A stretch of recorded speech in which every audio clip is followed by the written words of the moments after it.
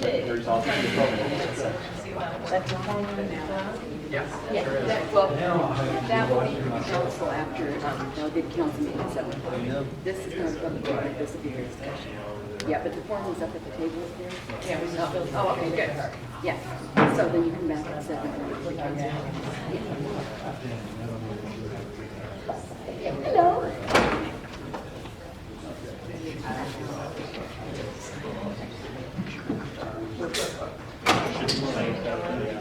Ladies and gentlemen, once again, we're not in forum yet, so we'll be waiting until the two council members get here. Or at least one of them.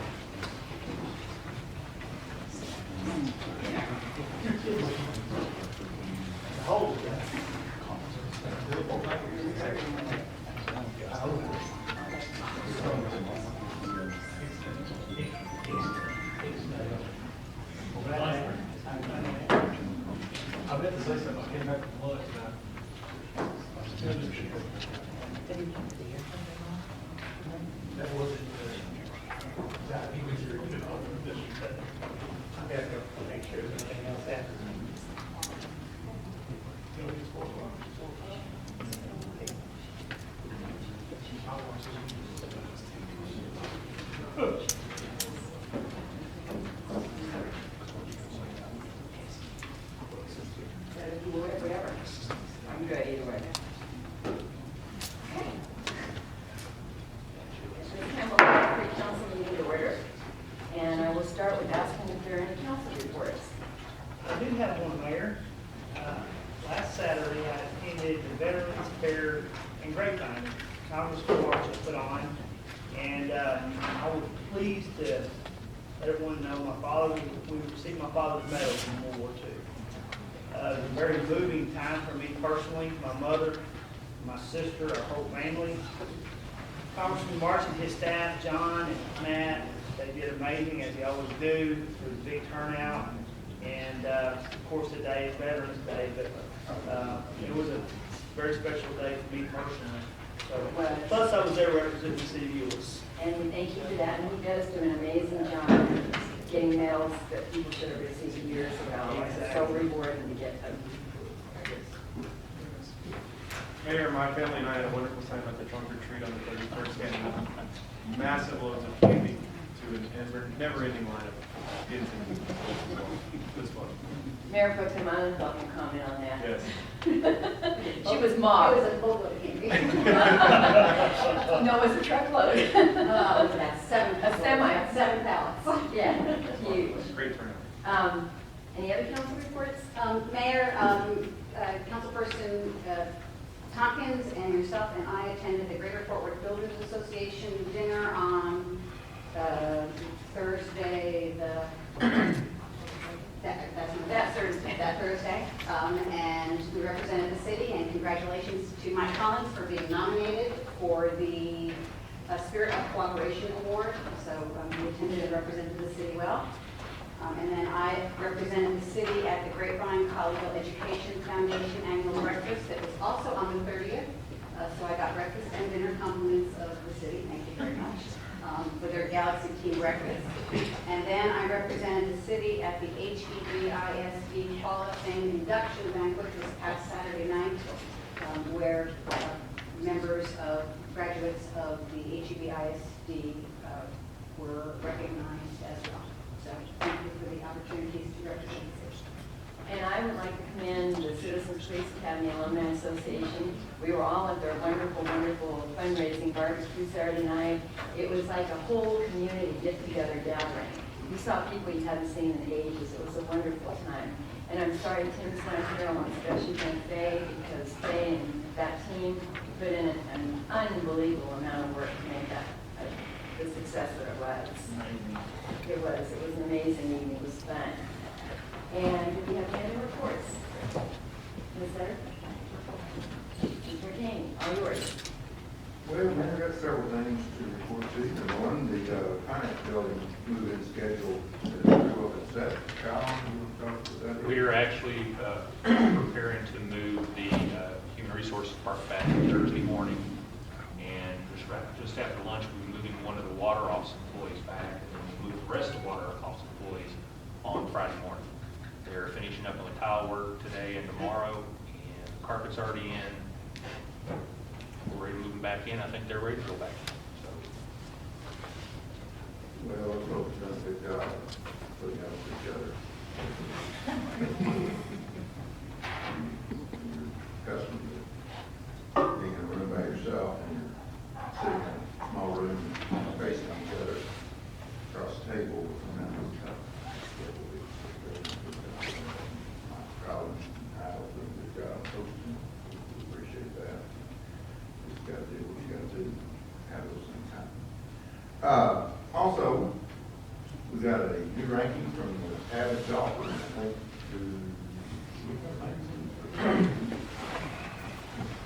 Linda, you want We are really quite excited about this. This is the highest ranking that we have got, and the one above us is Cowboys, and their price is about twice what we are, so we are quite excited about that. And the comment was that our renovation was almost perfect, so couldn't ask for more than that.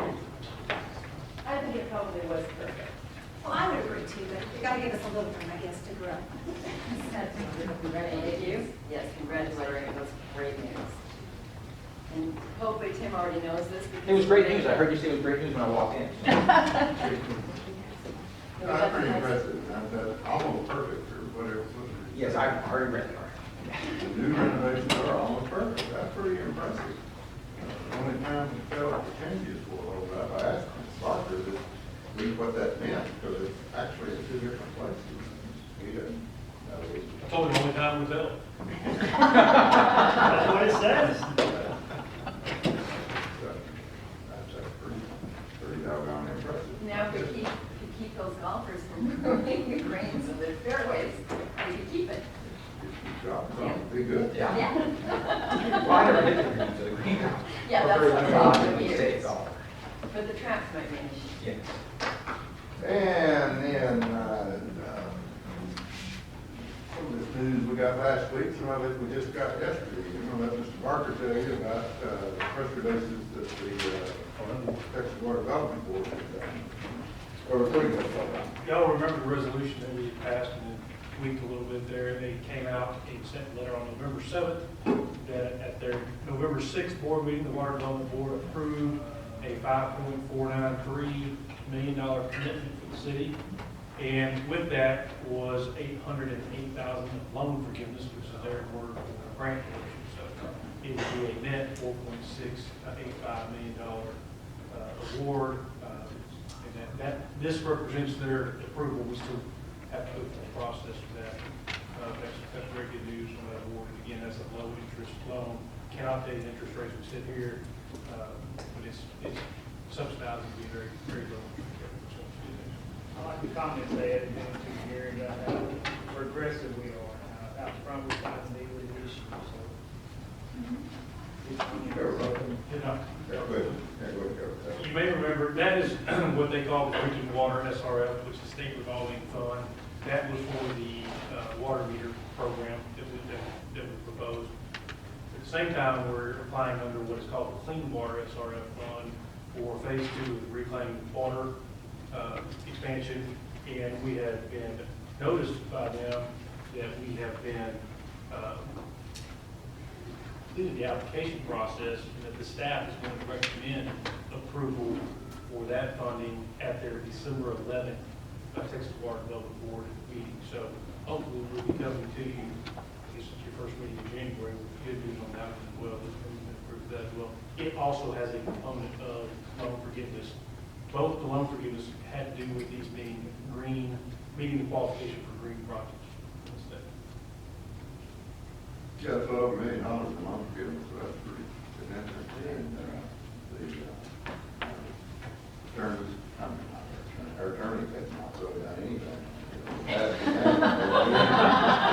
No, our engineers, Allen Plummer and Associates, that prepared this for us, has done a really good job for us. Chris Parker has done a good job on shepherding this through, and it'll make a difference in our water system in the future, so we're very appreciative of that. Look forward to that award there in December, and let you know how that goes.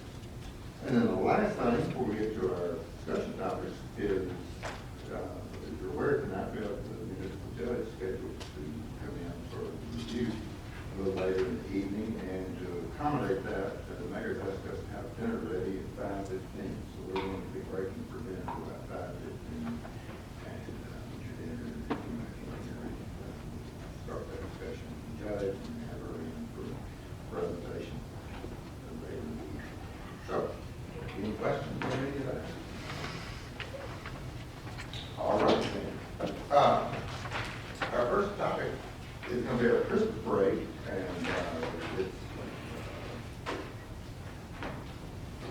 we've had our Christmas parade in the same location for many, many years, and it's kind of like Arbor Daze. We have Arbor Daze out on Every Parkway corridor. As things change out there, we have to relocate, and somewhat what we face for the Christmas parade. And with most thoughts that go into something, you have some people that like it and some people that don't really like it. Ray's going to talk with you about some of the thought process. I think we've got some people here tonight from Arbor Glen neighborhood, and we've got some of our friends in Arbor Glen that have had concerns with that parade route for a long time because they're blocked from getting into their neighborhood for some period of time. We have others that in our neighborhood that have to another because they have a front row seat to it. So it's hard to accommodate all those needs. But there's been discussion over the last several months with police and fire and the parks, and it's come to this point that we have got a recommendation for you now. Mr. McDonald. Sir. Well, as Cammy said, a lot has changed over the years, and even recently in the last few years, even though last year we were raining, or iced out, I guess I should say. We do have the parking lot of the Family Life Center, which we never had for a parade, because obviously last year we didn't use it, the year before wasn't there. So with that, we think it creates some new opportunities. So the proposed changes that we have made is, see here, first and foremost, the parade route, and I'll show you that here in just a second. But with the change of the route, then comes these other points here, which is, as Mr. King said, no closing of the entrance to Arbor Daze, which there are many citizen concerns at the end of the parade, but one that we hear often is, as he said, the closing of their one and only entrance into their neighborhood. And probably just as many concerns from citizens is the closing of the intersection at Main and Midway. Y'all know it takes a while for that parade from the starting point to get to what we call the viewing point, and you can imagine how long, if you're sitting in line there at Main and Midway, it would take for you to get to that intersection, particularly if you had, a pretty pressing need that you needed to get through there for, which we have had in the past. No crossing of main streets with golf carts, volunteers, and staff. Now, this is something that y'all probably don't see, and you wouldn't unless you're kind of behind the scenes. But there's a lot of back and forth with staff and on golf carts, and having not closed Main and Midway at that point when we're setting up, it can create kind of a sensitive, maybe even dangerous situation. By staging everything at the parking lot at Trinity High School, it would make for a much easier setup. It would, we think, flow as far as the start of the parade. Each flow could just fall in line right behind the other. And then having a central location for pickup and drop off being the Euless Family Life Center parking lot.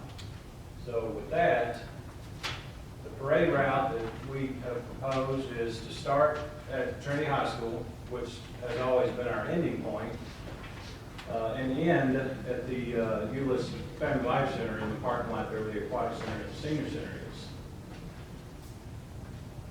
So as you would finish the parade route, you would enter there to the parking lot, and then we would be able to line the floats up at the end as we did in the beginning, and they would be able to unload. Parents would be able to pick up And as you can see there in the highlighted yellow box, we would ask that the council, and we've also asked our park board as well, to park in that far corner of the parking lot. We pick you up at 5:45, take you over to Trinity High School.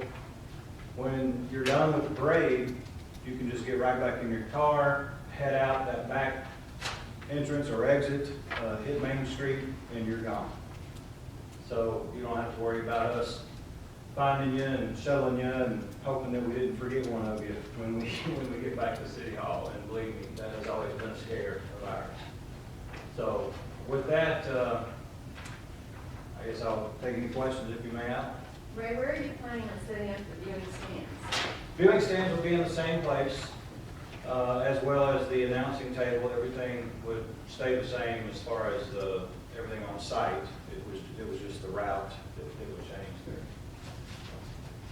The bulk of our audience is there between Main Street and Hector from here. The other part that is not shown here is the staging area out there, and the stage along Midway out in the Colorado Creek area. And the main area that was used for the staging was the southeast corner of Redwood Parkway and Midway. And that is currently under construction.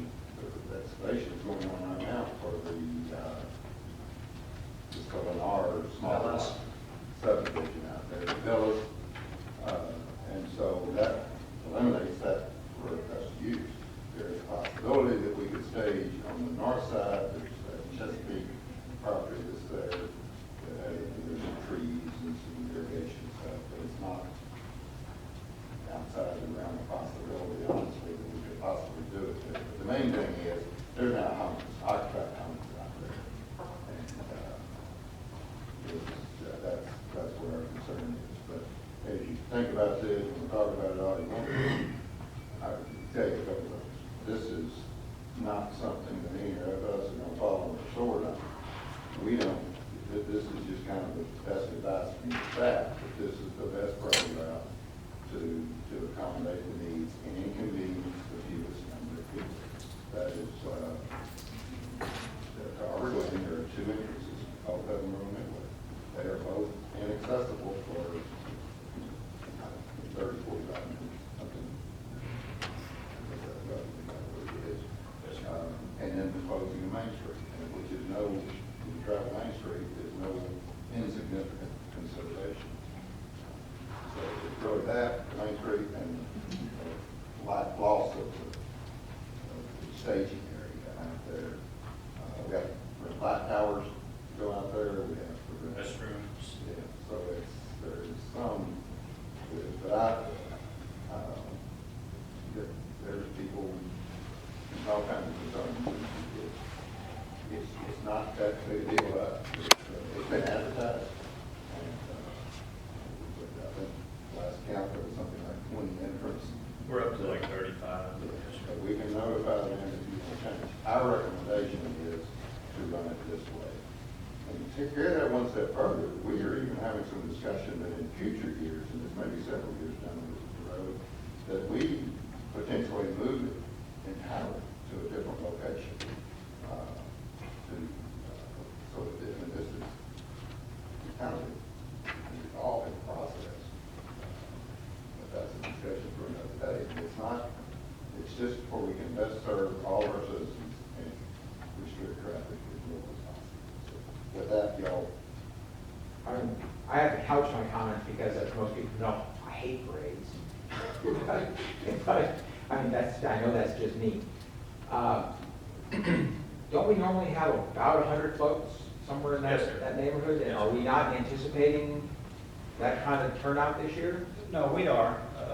Because it looks like that by the time the last float gets out of Trinity, the first float's done.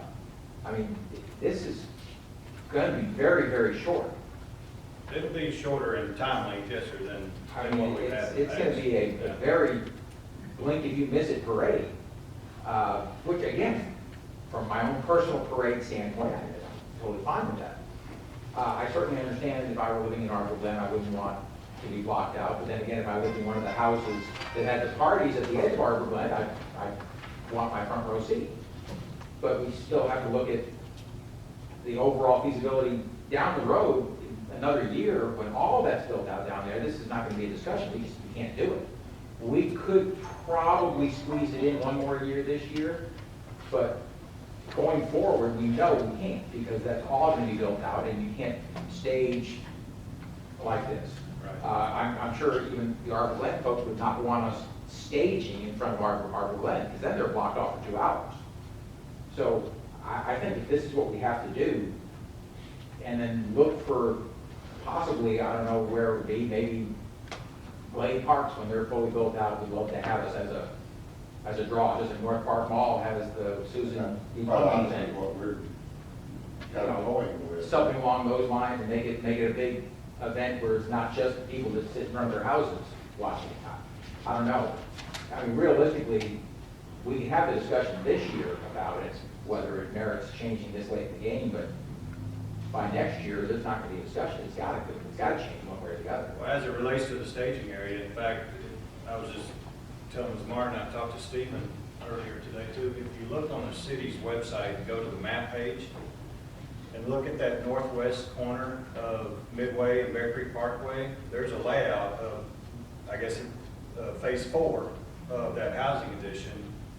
And the way we stage the parade, I talked to Jerry, not only does it go all the way down Midway, but then it goes north up Bear Creek Parkway. And once again, when the parade, if it starts, if we continue with what we've done in the past, once it starts, you blocked in that neighborhood as well as the Arbor Glen neighborhood for however long it takes to get those folks through. And then, you know, your comment about, you know, it'll go by in a blink of an eye. I think if, for those people who have enjoyed viewing it east of Midway, well, if you're in front of the rec center, it takes a long time for where it starts to get in front of the rec center.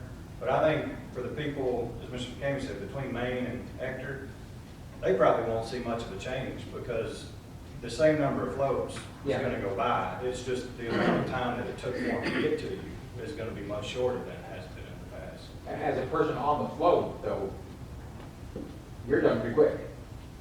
Yeah, you're done and at the restaurant, having a good meal and ready to go watch some football on TV. The thing there that I'm kind of concerned about, and just make sure we have enough understanding, is the part between Main and Hector is this parking lot to place people to go to the stands. Are we blocking off the parking lot to be able to finish off the parade now?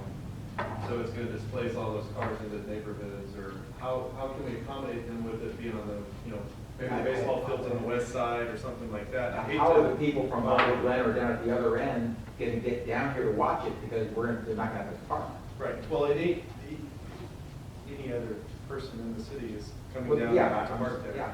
Well, that's true, but remember, last year we were iced out. The year before, this parking lot didn't exist. Right, but you had, whatever it is, 2 miles of availability of little parking lots here and there that people ordered just walking out of their house. Could walk out of your neighborhood and stand on the street.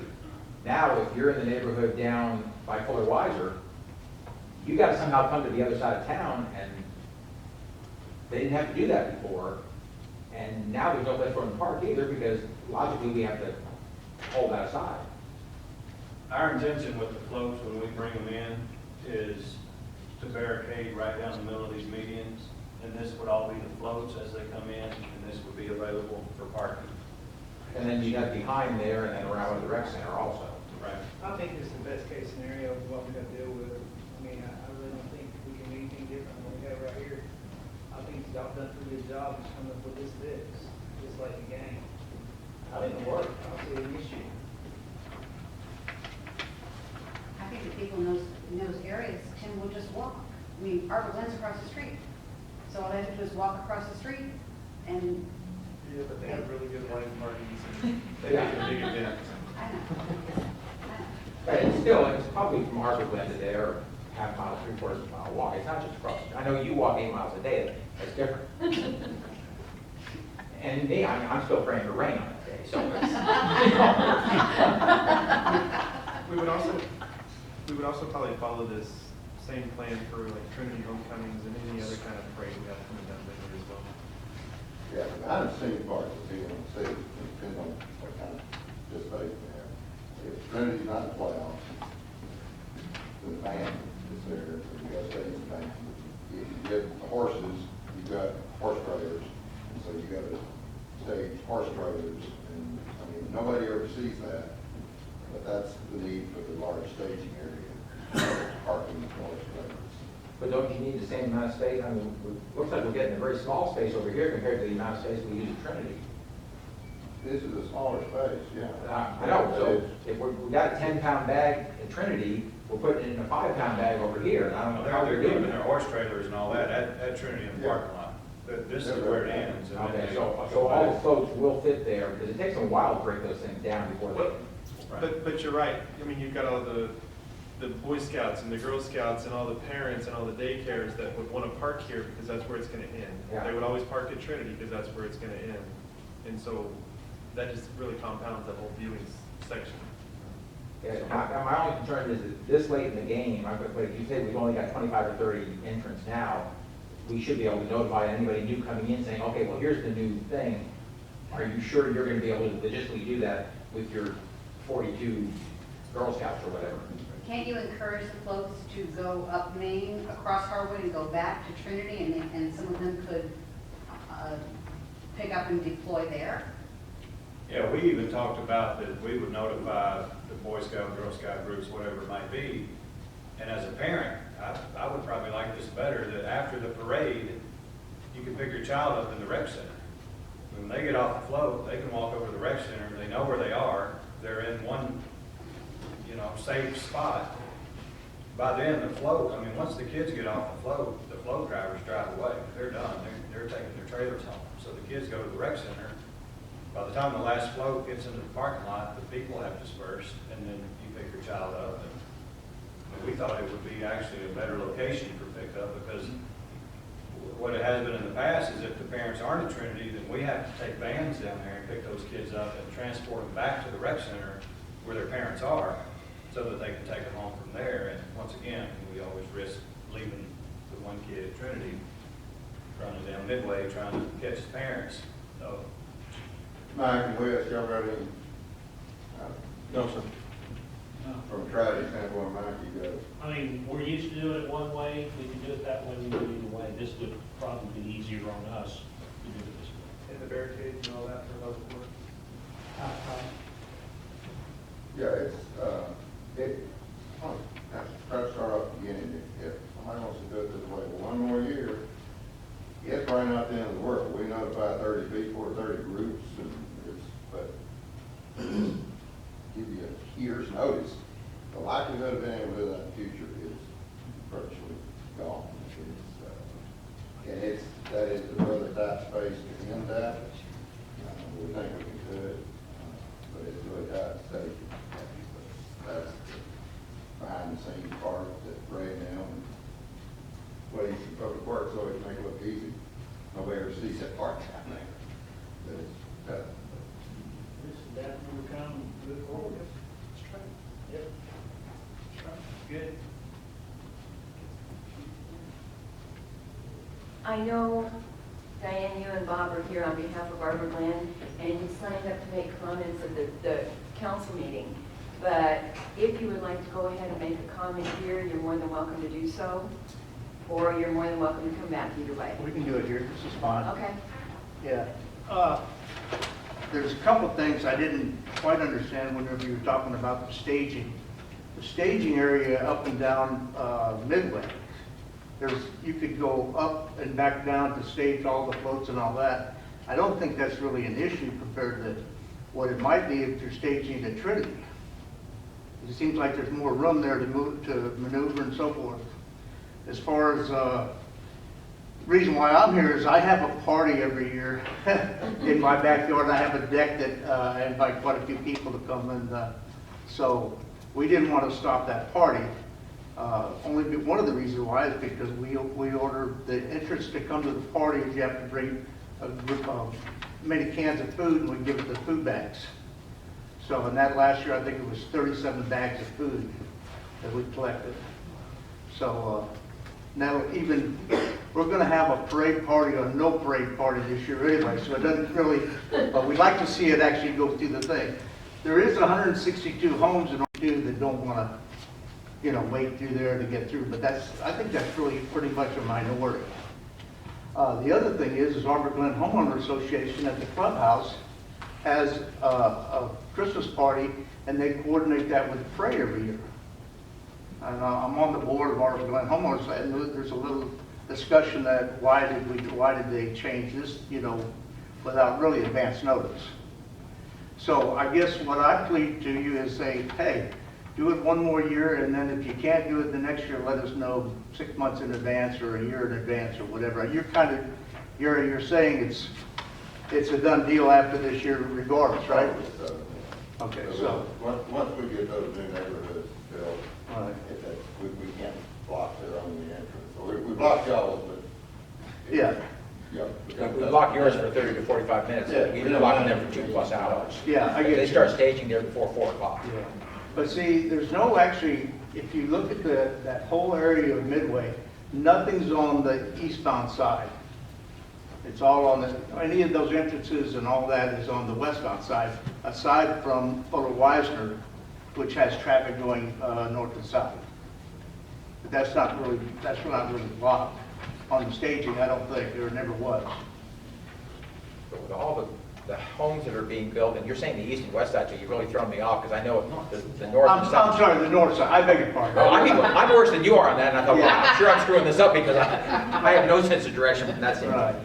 But yeah, it's the north and south side that, right now, if we were continue to do what we're doing today, when all that builds out in there, those people are going to be landlocked for multiple hours on a Saturday before Christmas. They won't be able to get in or out of their neighborhoods. I understand that. Right. And, you know, and they do have to, you know, I hadn't really thought about that because I'm not part of the setup, but they do have to go across Main Street, and if you have been blocking, back before I was on council, I did get stuck at Main Street one time because I didn't know. And you're stuck at Main Street for a really long time, and you can't do a U-turn, you can't get out. You get to watch the parade, even if you don't like parades.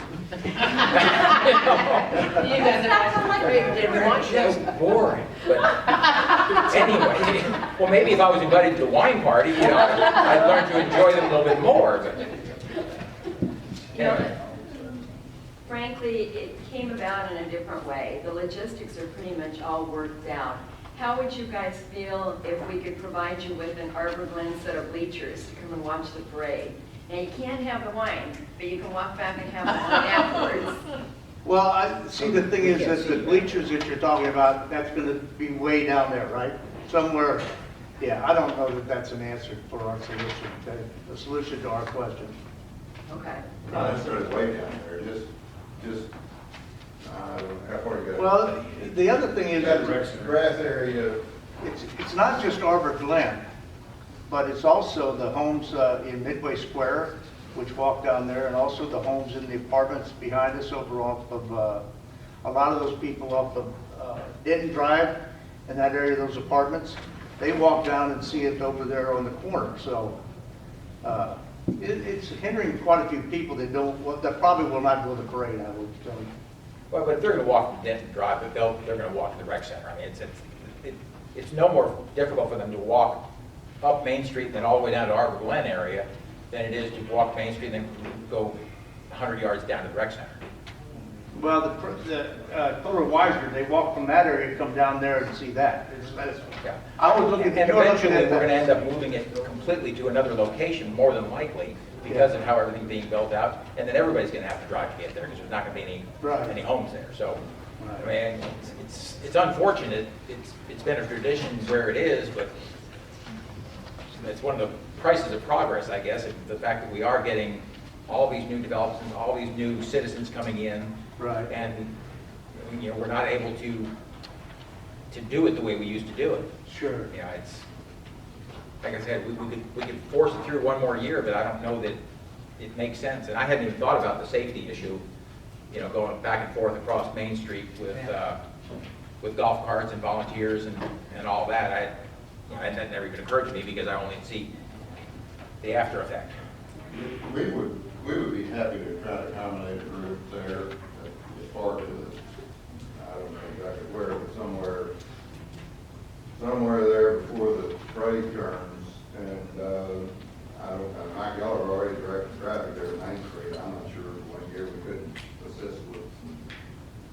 traffic direction to get you across Main Street, to get over there where you can move down there as a group and see the parade move by. But this is one of those things, let's just put the cards on the table. This is probably fully my responsibility. And I've not said this earlier because I didn't want to put any undue pressure on you. This thing went out in the July planning with this route. And we probably should have had some more discussion about it earlier on, but it went out. So it's not, I don't want you to believe this was just conceived in the last few weeks. I take full responsibility for that,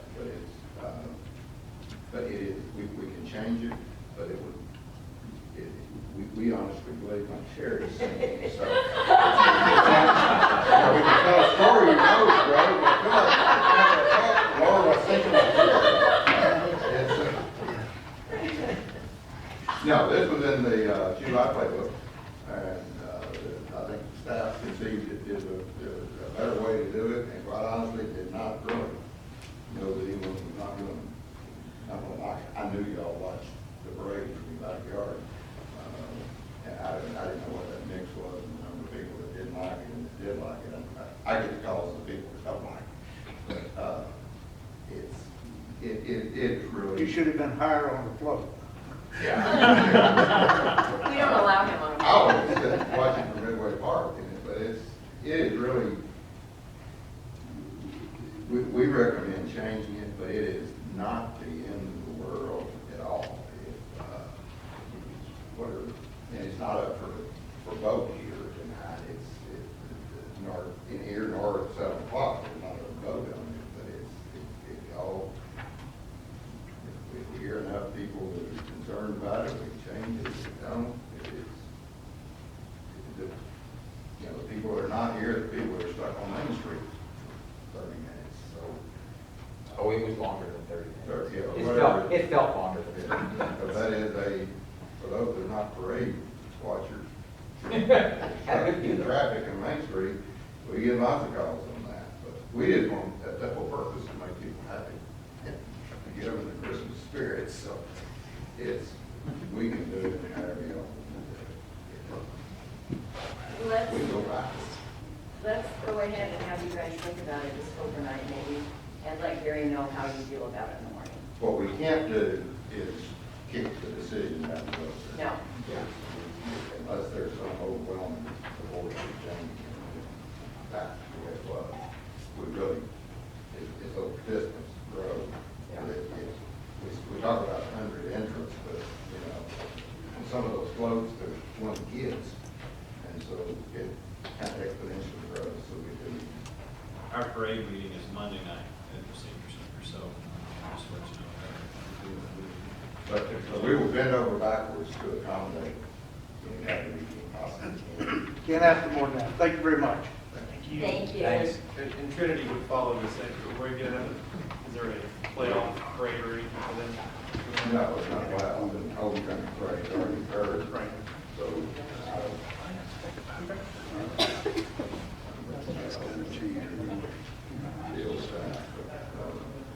we give some thought here in this one. This one, why don't we give some thought? So I think we could get a big crowd. Well, yeah, I mean, once they're fully, once they get built out there, it would be, as a shopping center owner, I'd love to have something like that. Well, You could that's actually do what I a Christmas thought. tree lighting. Oh, yeah, yeah. So, anyway. Okay. Any other? Oh. Well, I know you said 5:15, so I'll try to break to this one. Yeah, I was not intentionally Took a long time. ready.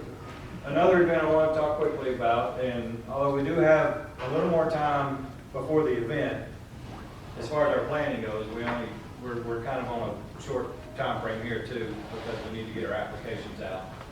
But the most important thing I wanted to talk to you about tonight is another proposed change, is to move what has traditionally been, since we moved back to this site, a Saturday, Sunday event, to this year, perhaps doing a Friday, Saturday event. And along with that, we would expand the carnival area We would propose to close the spine road from the library down to the service road, put more attractions in that area, drawing more people to the library. Sherry and her staff last year had the library open, had a good crowd, but we want to get more people over there. And another reason we want to draw them over there is because we've proposed and have already talked to, and they love the idea of moving the historical committee from outside in their tent to inside in Sherry's big room that they have where we celebrated with the mayor here a while back. They love that idea of moving inside the library. We want to really focus our efforts this year on enlisting more arts and craft vendors. We've talked that in here a lot about the quality of vendors. We really want to try to focus our efforts. Jordan has been working hard on that, getting a list of arts and craft vendors from all over, trying to get them interested. We want to sign better and bigger name acts for the main stage.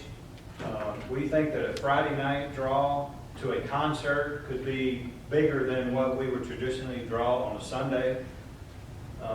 We're increasing our booth fees to offset, some of the expenditures. We would not have any parking issues with First Baptist on Sunday. Not that we've had issues, but we do use their lot, have to shuttle from there on Sundays.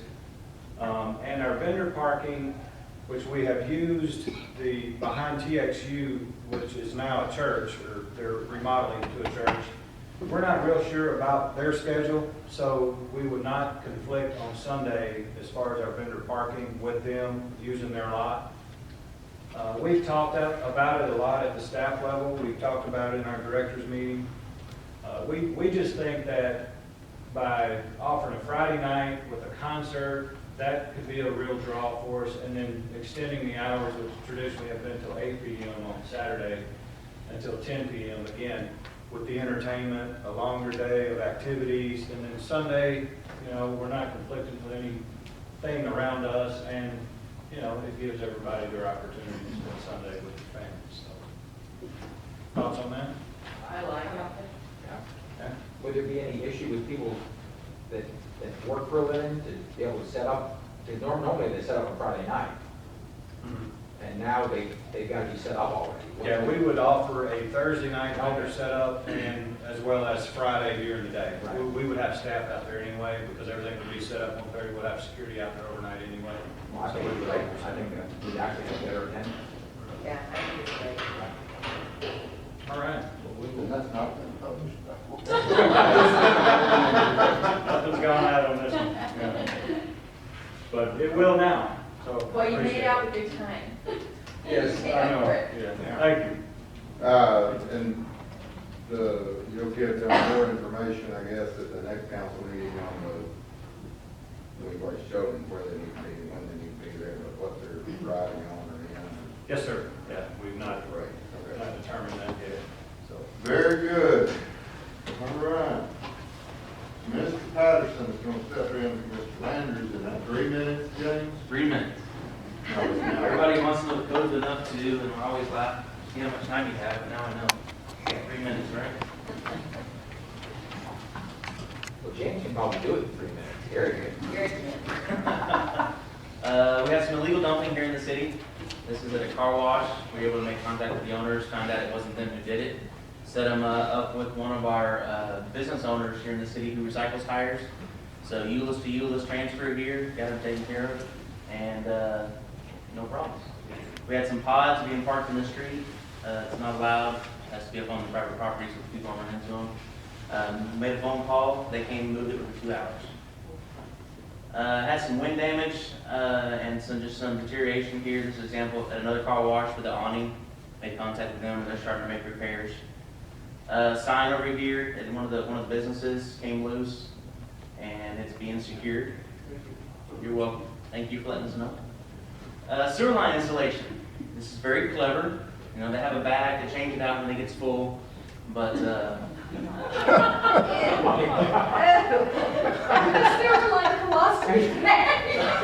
Do they have a diaper genie or something? we didn't take time to ask. We did find out they did not have permits. Got them in touch with the planning development, got the permits, and they were able to get that repairs. Councilman Tompkins is also letting us know about guy wires, and they are spelled G-U-Y, not G-U-I-D-E. I don't know why, but I've been corrected. This is the proper spelling. Just quick update. The ones there on 200 South Main Street, Encore's still determining if they are theirs, and they're working with that. These anchors down at the bottom, sometimes they're there to keep the pole from falling over. Other times they're actually there for grounding purposes. And the big thing is, it's either Encore, AT&T, or the cable company. And you don't always know whose it is. So it takes a little bit of time to kind of figure that out. Sometimes they're here loose and dangling. You don't really notice them unless you're patrolling the neighborhoods and walking the sidewalks and your arm gets caught in them or stuff like that. So they can become safety concerns. Just kind of want to update you. Here's one that got moved that was kind of in the way. They relocated for us. So it's now corrected. Once again, appreciate y'all bringing that to our attention. Here's another one that they decided to take down altogether. So, accidental fire sprinkler head failure. So up in the holes where the fire sprinkler head was, came loose, don't know why. Ended up causing water damage to the food here at one of our local grocery stores. Fire department, we work with them all the time. They let us know. We went in as the health department, took a look, said, hey, you can't sell this. They said, sure, not a problem. We already kind of figured that's what it was. Got with their insurance company, set it aside, took care of their business. So made sure none of that was actually sold to customers. At a local restaurant, we had a second fire extinguisher system malfunction here above the grill. As you can see, it made a huge mess, kind of went everywhere when it dumped, when it discharged. Same thing, we work on the fire department. We were told this was the source. It was square and it's supposed to be round, and I'm like, what? It doesn't make any sense. Went to talk to the expert, Mr. Anderson, and he explained to me that basically sometimes during the installs, there's little pieces in there that are supposed to be shaved off. Sometimes they're not, as a result of the vibration from the hood, causes those to get cut and discharged prematurely. So this happened twice and hadn't happened anymore. They seemed to fix it this time, so that's good news. But we worked with the restaurant, got it all cleaned up, helped them get it back up to business as soon as possible. We were out there actually 3 times that day, so there was minimal downtime for them. Vacant houses. Something that we ran across is houses that are vacant for different reasons. When the bank owns them, property preservation companies take over.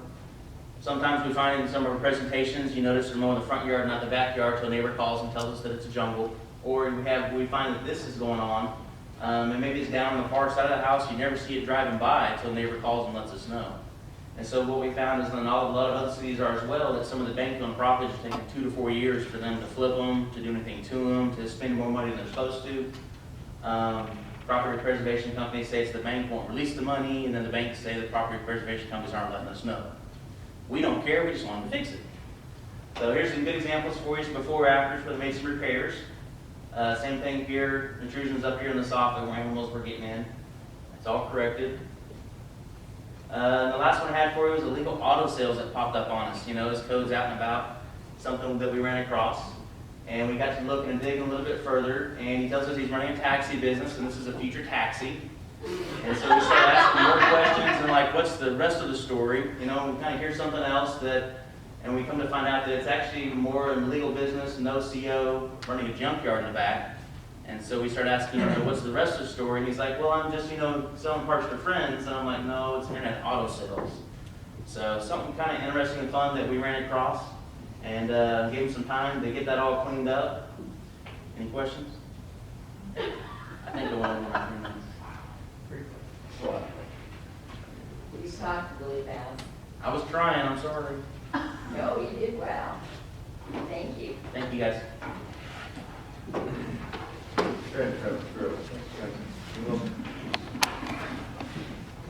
Let's see, we may with the electronic vaping device would be covered under the definition of smoking. And I'll go over that definition in just 1 second. What we're not doing this evening is proposing any changes to the Unified Development Code. The last time that y'all dealt with this issue, you dealt with the definition of what is a tobacco store, okay? If you go to Chapter 84 in the Unified Development Code under the definition of tobacco products store, you will see a definition for smoking, okay? But it's not defined, smoking is not defined in Chapter 84. you have to go to chapter 42 under the health code to find the definition of smoking. So it would be to the definition of smoking, which currently reads, the possession of a burning tobacco, weed, or other plant product only, okay? Basically ends right there, okay? So after consulting with the city attorney, looking at what some city have done in and around Houston, Austin, San Antonio, and the Metroplex, there always seems to be kind of a common thread among the definitions. We tried to identify the one that was just most straightforward and easiest to understand. So the recommended change that we would propose would be first to the definition of smoking. And I know it's a little bit hard to read, so what we've provided is under section 1, you can see the two definitions. First would be the definition of smoking to add to the current definition of weed or other plant product, add the words, the use of an electronic vaping device. If you're going to include that in the definition of smoking, you've got to provide for a definition of that. I won't read that verbatim. I think the significance of defining the electronic vaping device is not only just to define the device itself, but it's also significant to point out that the liquid vapor that it's sold, you want to be able to control not only the liquid vapor that contains the nicotine, but they're also putting other stuff in that liquid vapor itself that's sold in the cartridges that then is placed within that electronic device. We just wanted to be very, very clear in the definition that we were wanting to have the ability to control that as well. Question, more towards you, Chief. I know when you had an issue between high school with vapors, will this solve or any that issue is around there? I think it would, but I think that you still, the school district is going to have to address those issues, not just us. They're going to have to come out with their definition, and the state's going to have to do some modifications. But this would help us. And all the time you need to do that. If I can, the only thing I hate more than parades is smoking. But my concern is, after reading the entire ordinance, this would stop a store from opening up that sells vaping.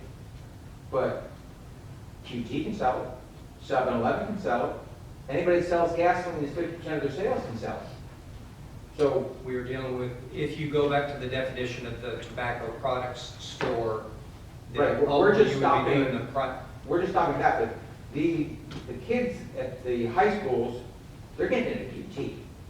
But they're not going to the tobacco store and getting it. They're not necessarily going to Motovate and getting it. They're getting it at QT, 7-Eleven, Rapid Pro, and every other gas station that sells it. And we're not regulating that at all. You know, in the business that I'm in, the vaping store is becoming a trend, and you're seeing more and more and more of them.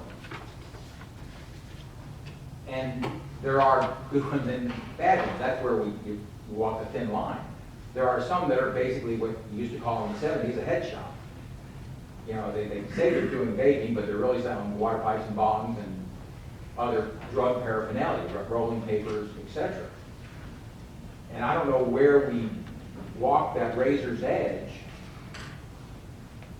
controlling or stopping somebody from opening a vaping store that is actually selling nicotine replacement or whatever, nicotine on a cloth thing that goes in, gets ignited. I'm not sure how it all works. But we're still allowing QT and Racetrack and everybody else, and that's what the kids are getting it. They're walking in there, they're getting a Slurpee and a vaping thing. You know, the prices you're selling at these vaping stores can be a lot more than what QT sells for. And some of these things, if you look at it, and I hadn't looked at it until just the last several weeks. these things are in labs, and God knows what goes in some of this stuff. But doing this doesn't solve the issue we have with the kids in school or anything else. It doesn't do anything to that. It just stops somebody from opening a business. So I'm not sure that I can really be in favor of this unless we can also address the 50% gasoline sales. Well, this tonight is really kind of intended as a stopgap measure. What we came to realize in just the last 2 or 3 weeks is that if you own a business, or just, let's just use our own city hall here. You're not allowed to smoke here.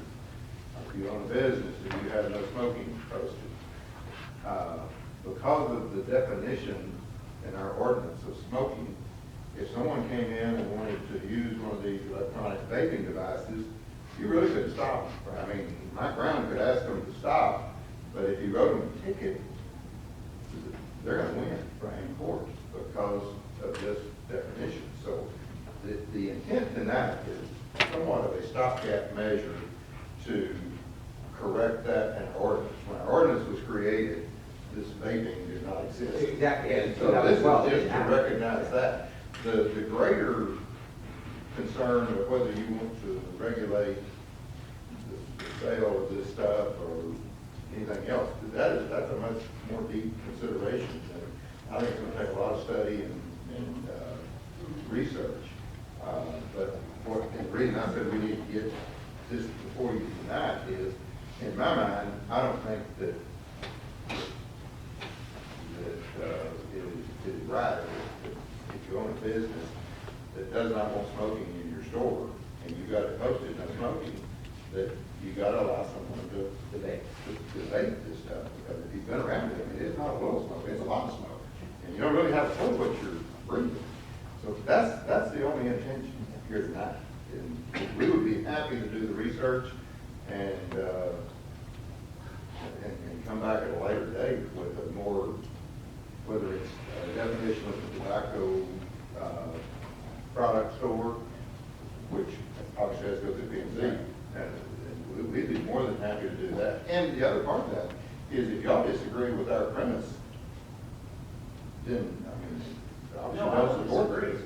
I just want to elaborate too, the fact that we're just adopting what the definition is. And so, you know, like at the high school or other establishments in our city, they have the definition of what smoke really is. I think that's really all we're doing. Yeah, personally, I'm real happy that this is a stopgap measure right now. Yeah. But I do firmly believe that we need a whole lot more research into what we can and can't regulate down the road. Yeah, as far as a business, I mean, if no smoking, I can put, if I'm my business, I can put no smoking and no vaping. So they shouldn't need, a business shouldn't need us to do this. We could put in City Hall, no smoking and no vaping, and we're covered. I mean, I have no problem. If we're just changing the definition that vaping is smoking, I have no problem with that. That's all it's saying. Yeah. Are we doing more than that here? Are we doing any more than that than just refining the definition of smoking? We're defining it as just smoking. Basically, your no smoking ordinance says where you can't smoke will now apply to vaping. And the definition of the tobacco store. But that it would affect the ordinance where it says you can't have one tobacco store within 1,000 feet of another.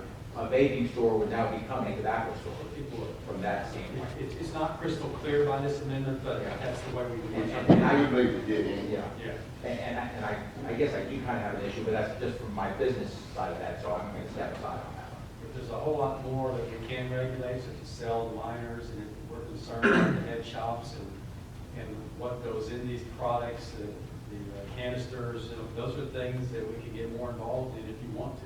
You know, that's a good question I had never thought of. You have to be 18 to buy cigarettes, I'm assuming that's still the law.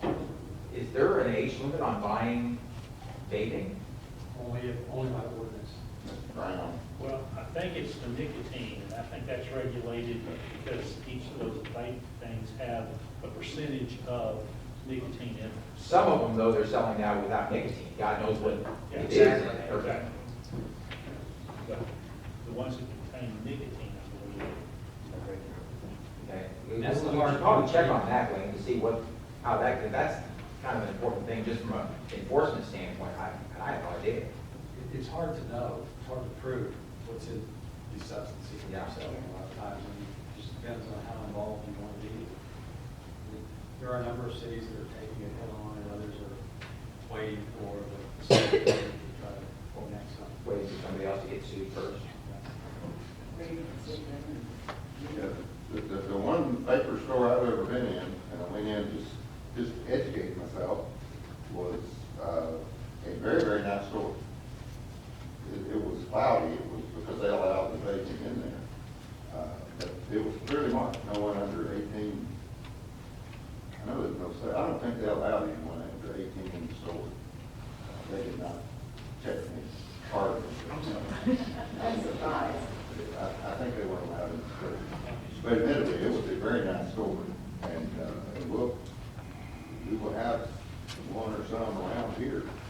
But our main effort tonight is simply, it was just kind of a light bulb that went off in our head as we looked into this, that if tonight somebody walks into our council chamber vaping, in fact, other than the trespass possibilities, we can stop them. Nor, and our support, Mr. Stenford, as we talked about the tobacco ordinance, or smoking ordinance through the years, we've always said that the city will assist the business in enforcing that. If they voted no smoking, our ordinance allows our police to assist them with enforcement of that. But it would not allow. But couldn't do it then. Yeah. So that's our main effort. And what we'd like to do, if no one has a big problem with this, is to bring you an ordinance next council meeting that incorporates these definitions into it. And then we will be happy to do the research on, there's lots of activities in other cities on smoking, this e-vaping. I didn't even know what it was, so I went to that store really, but it's, there is lots of activity in those cities on that. And I really think it's up my gap, I mean, from an enforcement standpoint, just further define what the definition really is. And I think that will help me. I have friends that, I mean, are riding golf. I said the same thing, Gary. Yeah, and I mean, I would smell anything, But if you're starting, from the original one, you didn't, because it didn't have now, there's a whole wall of different smells to go along with, while you're killing yourself, you can also smell good or bad, depending on whether you like it, while you're inhaling your nicotine. I mean, but yeah, you've got everything from floral to fruit and I'm to saying dragon's horror breath. stories, from what goes on with the teenage population. I mean, with what they put in the collective canisters. I think this is good. all right. Thanks, Mark. Let's go through the agenda right quick, and we'll see if we have any.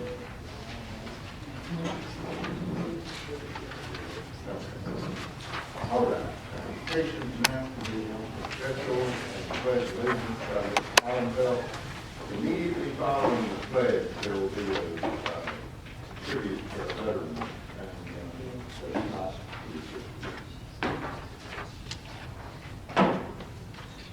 think it was on. I think it was like it. But we've got employee Ken, Dan Walden, Malcolm Clare, Johnson, David Cheney, and you guys, as far as y'all know, they'll all be here. Talked to Dan Bunch, no, he said he would be here. And then the organized chaos, our prevention poster winners. That's always, we are. Yes, sir. And Mr. Smith will be here to direct that. Yes, and he will be, Down. yes. Okay, now on consent agenda, item number 3 is considered authorizing the purchase of park monitors and defibrillators. This is one of those things not too important, but you need it, and it's really important. And those things have life on them, and they're things of life. They're in the budget. They're rather expensive pieces of equipment, but it's It's rather priceless at the time you need it, so we recommend approval there. Any questions on that? Item number 4 is authorizing purchase of ground maintenance equipment to protect our golf course. If Mr. Bowman was here, he would probably tell you that these real mowers are about as important as those parking lots. Because they are critical to the life of that grass. But again, that's budgeted, and we recommend approval. Item number 5, this one kind of puts a smile on the face. We have a semi-new public works director over there. We used to buy sewer cameras. Now we buy asset inspection cameras. It goes down the same sewer line. But, and you think that's critical too? We recommend approval. That's in the budget. Item number 6 is the minutes. Item number 7 is resolution 1448, dedicating the city, a segment of the City Hall campus drive in honor and memory of Michael Williams. That is this section of the drive from right here to this intersection up the Trojan Trail. And Mr. Brown, you got an announcement on that, if this passes tonight? If that passes, we would look to have a short ceremony, about 10-minute, 15-minute ceremony on Wednesday, the 26th. 26th, 10 a.m. over here. We'll start at the memorial, and walk over up there, the street side. And I probably told some of y'all it was going to be Monday, that was the original plan, but the Williams family is asked that they're Quite large. capable of that. Yeah, if you probably heard us talk about that before, Mike and Ron's mother have got, I think it's like 75 children, grandchildren, and great-grandchildren, so it is quite a large need for each family. So, to the extent we can, if you can make it, feel free to join us if you can. It'll be very simple, not going to last long. So we would hope you would support that. That is the 28th of November, I think will be the 32nd anniversary of that. Item number 8 is extension of contract for the municipal judge. And then item number 9 is the board commission appointments. And any discussion of that on the EDC and the current control protection district that qualifies under our closed session. If there's discussion on the board of preservation committee board, then I would like to say a couple of words about that. I haven't had a chance to talk to most of you. Bill Golden has decided to step down as chairman, and traditionally the council appoints the chairman and the vice chair. There aren't many people that are willing to serve as chairman as there are these days. Barbara Collier has offered that she would be willing to do it for at least a year. And as for a vice chair, I have spoken to numerous people. There are many people that don't wish to take on that task either. However, I have talked to Maybe Wright, and maybe would consider being the vice chair, and she and Barbara do work very well together. So unless you have any other considerations or suggestions, I think we could consider those too. I think maybe would be excellent as a vice chair. I think Barbara, I read her emails all the time, and she lives and breathes this thing, so I think they would both do a really exceptional job. Thank you. all right. Being that we have about 1 or 2 minutes. I think we just stop right there. Can you do it in 2 or 3 minutes? I don't think I can do it in 2 I minutes. didn't want to have Mr. Ketchel with a cane and there.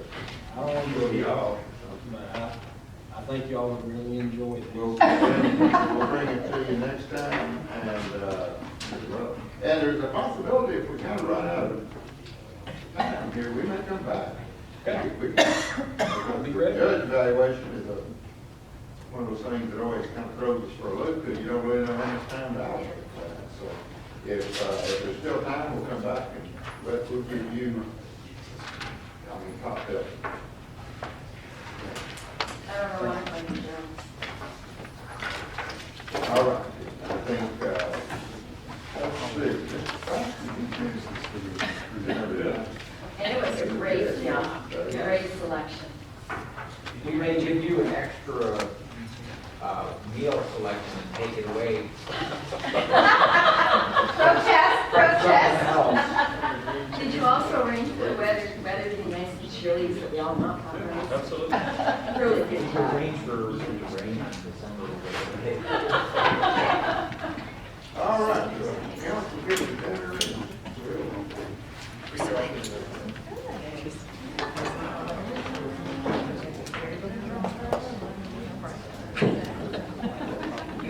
You kids had a good time. We're gonna have dinner in a closed session for the judge evaluation. Come back at 7. Well, unless they reconvene after, I can do the closed session, and then reconvene the open session. I think it's too late. Oh, yeah, it's all like it is a French word. I don't know. Means guy. Well, I can't film everything here. It would be nice. I can't film the closed session. Also, guy, not Come on back. Run back up to the house. I Googled that one. Yeah, I didn't know that off the top of my head.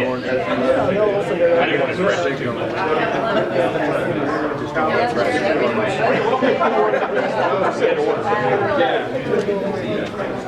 I can think of I saw you putting on. That's good stuff. I mean, nobody even knows about it since we started. Oh, yeah. I like your sign that gives the dates.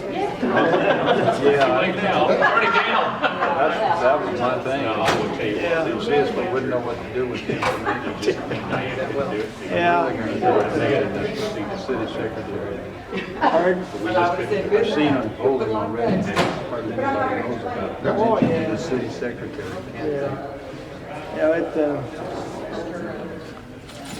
Yeah, other than, a lot of people coming out, I worked the early voting part of it. Yeah. What? Yeah. Even though it's in the, it's in the Euless today. You know why also. Some of them said they saw it there, but that goes out in phases, I guess, they don't get the entire, everybody's water bill at the same time. That's right. And so there's other people that are probably still getting it. Could be still getting it. And but I still get it's kind of funny, I do the online billing with the water bill and automatic draft, so they still send out the Euless today. Okay. I do still get it, but